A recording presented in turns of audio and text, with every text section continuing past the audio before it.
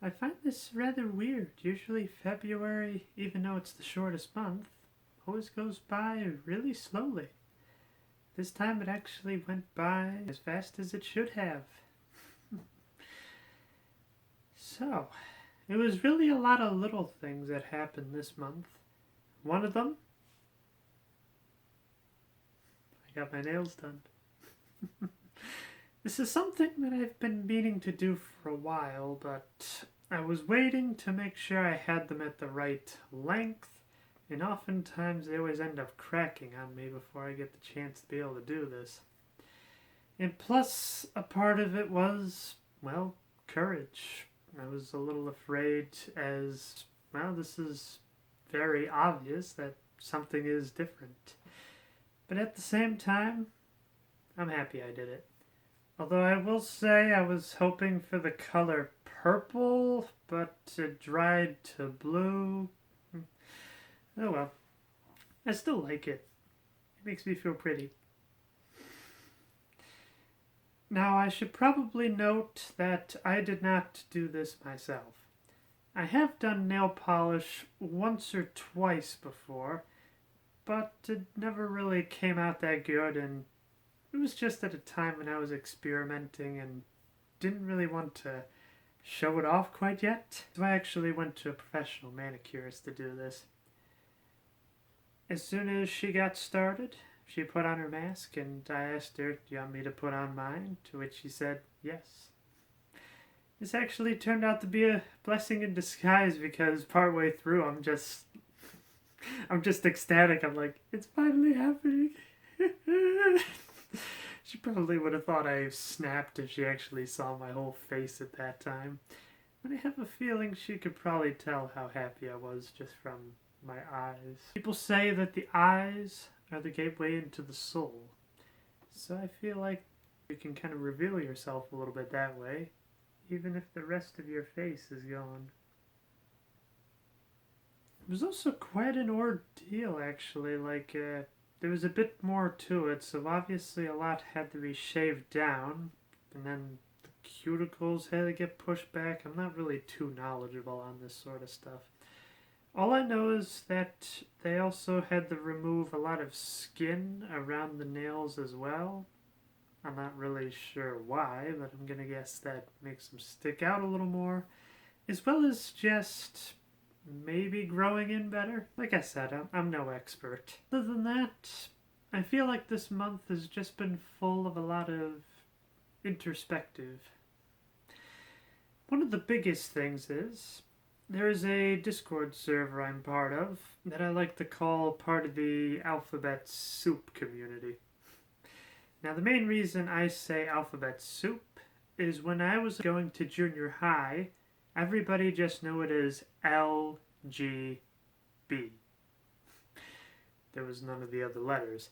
And then as I got older, about maybe partway through high school, it was LGBT.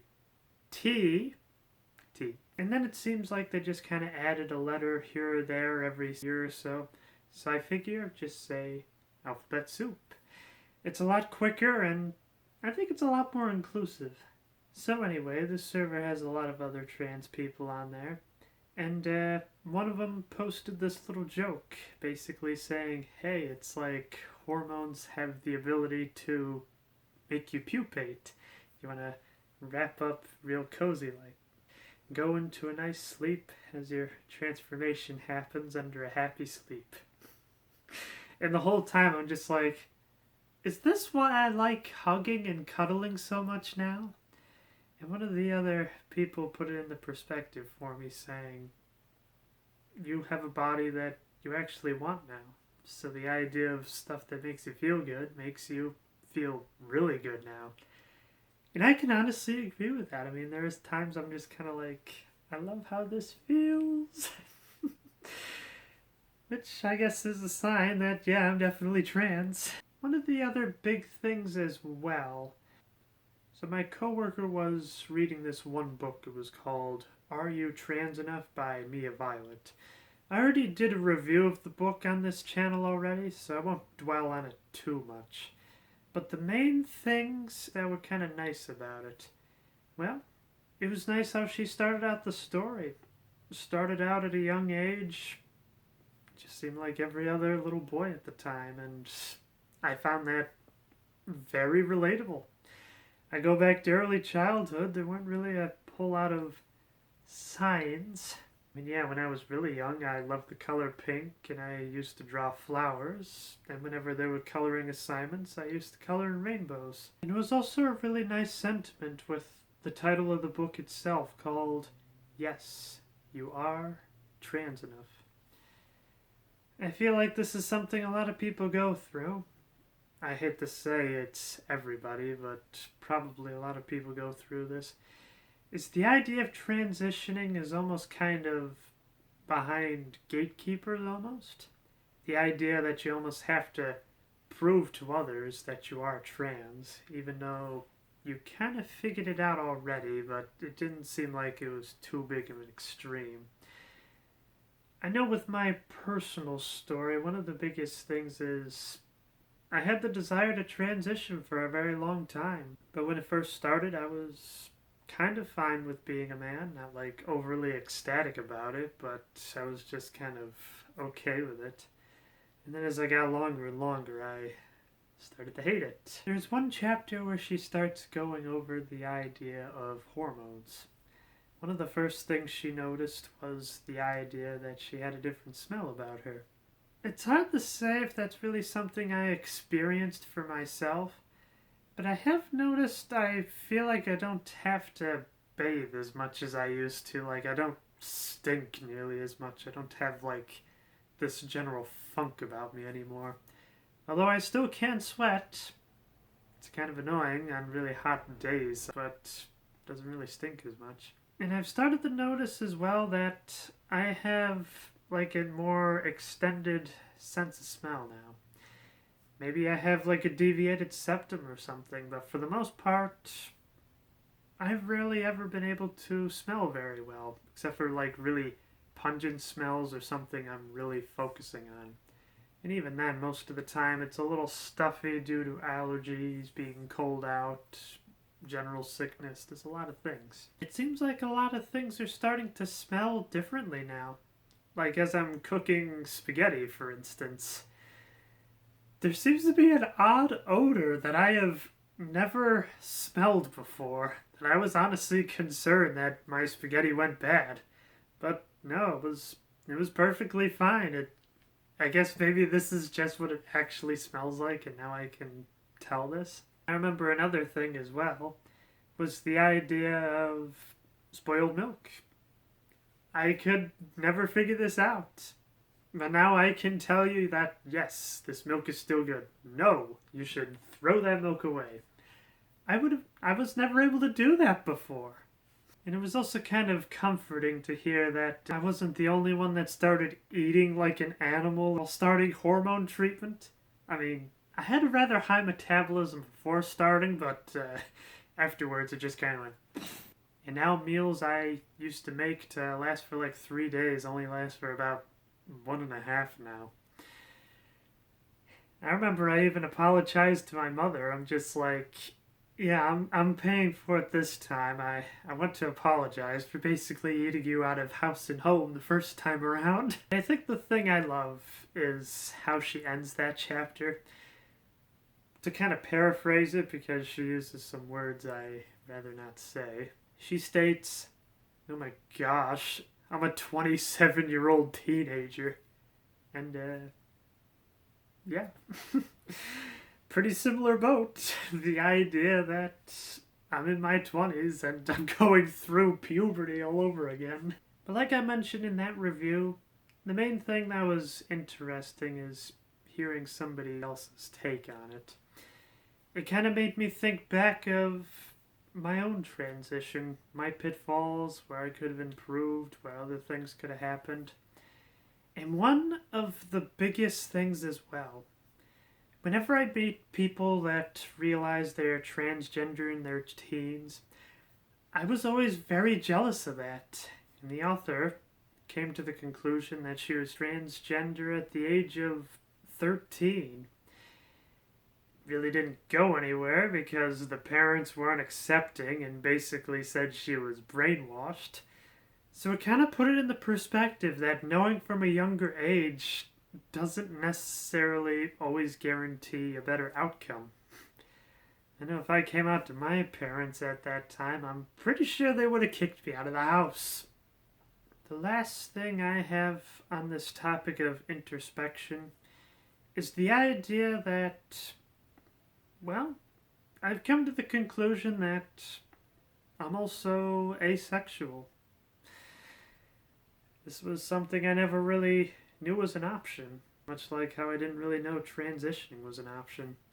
And, well, after coming out as trans, it seems like coming out as anything else just doesn't really seem as horrifying anymore. It's more like, huh, that explains it. Here's the main reasons I say that. So going back to junior high school, back in like the time of like raging hormones and like everybody just realizing that, oh wait, boobs are sexual, or that butt is very juicy, or stuff like that. I would have friends with their tongues hanging out, or basically insulting me by saying, yeah, I'll probably die a virgin. And for me, I'm like, why is that a bad thing?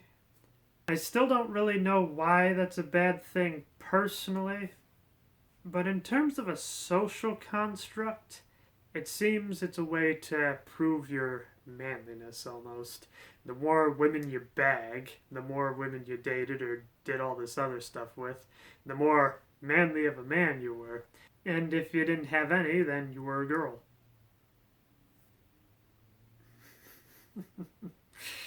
It's so nice to kind of be free of that pressure again. I don't have to prove my strength anymore. I don't have to put on a strong face even though I just want to cry. I can just be me. But I'm getting off topic here. One moment very much sticks out in my mind. There was this one artist, I forget what her name is, but I just remember she started showing us her sketchbook, and they were all full of nude women. I was kind of repulsed by this. I was just kind of like, no, put it away. And the artist was just kind of like, what are you, gay or something? And then one of my friends retorted, no, he's not gay, he's just very bashful. And, well, that was the explanation I kind of went for a while. But this is where there was a bit of an odd disconnect. Like, seeing that kind of stuff was rather disturbing to me. I felt dirty, like something was just completely wrong about it. But yet, when I thought of myself looking like that, I felt that desire that most people would with that kind of drawing. And that, as I brought up before, was one of my confusing points with coming out as transgender. I just thought it was an odd kink. It was interesting. I was talking to a friend about that.